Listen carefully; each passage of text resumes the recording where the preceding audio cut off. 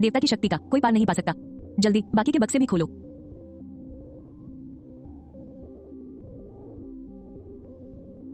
General, ये काले डब्बे और लोहे के गोल पाइप, क्या यही वो चीजें हैं जिन्हें देवता ने अपनी चिट्ठी में दिव्य रोशनी कहा था?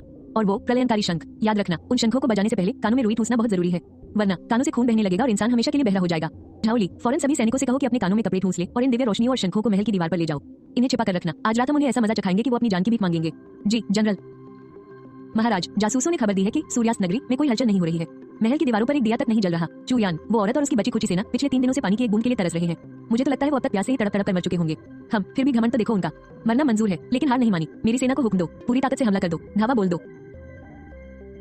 अरे ओ जाहिलों की फौज, महान जिया साम्राज्य की धरती से फौरन दफा हो जाओ। क्या चुयान, तू अभी तक जिंदा है? हाँ हाँ हाँ हाँ, अगर तू जिंदा बच भी गई तो भी मेरा क्या बिगाड़ लेगी? अखंड कर रहा है। तीरंदाजों तैयार हो जाओ, इसे तीरों से छलनी कर दो।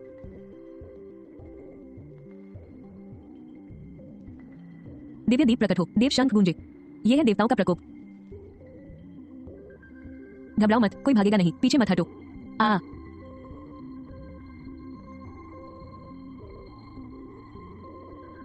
क्या क्या यही परमेश्वर की माया है?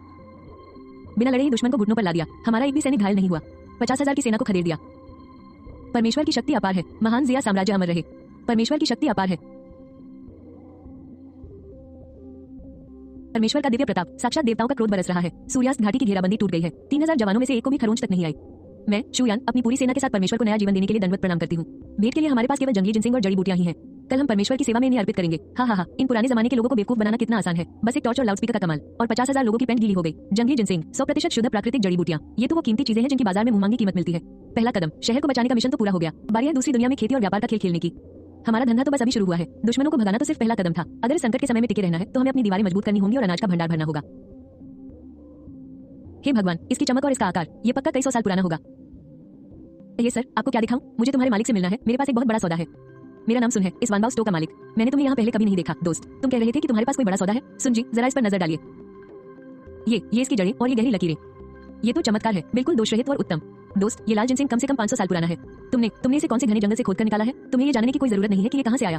तुम बस ये बताओ कि तुम इसके कितने पैसे दोगे। अगर तुम मेरे पास आए हो, इसका मतलब तुम्हें तुरंत नकद चाहिए। समझदार हो, मेरी एक ही कीमत है, 3 करोड़ रुपए। ये रकम मैं अपनी जेब से दूंगा। आज ही तुम्हारे खाते में पैसे पहुंच जाएंगे। सौदा पक्का। लगे हाथ ही कुछ कीमती पत्थर भी रख लो, मुझे अब किसी और दुकान पर धक्के नहीं खाने। अरे ये तो बेहतरीन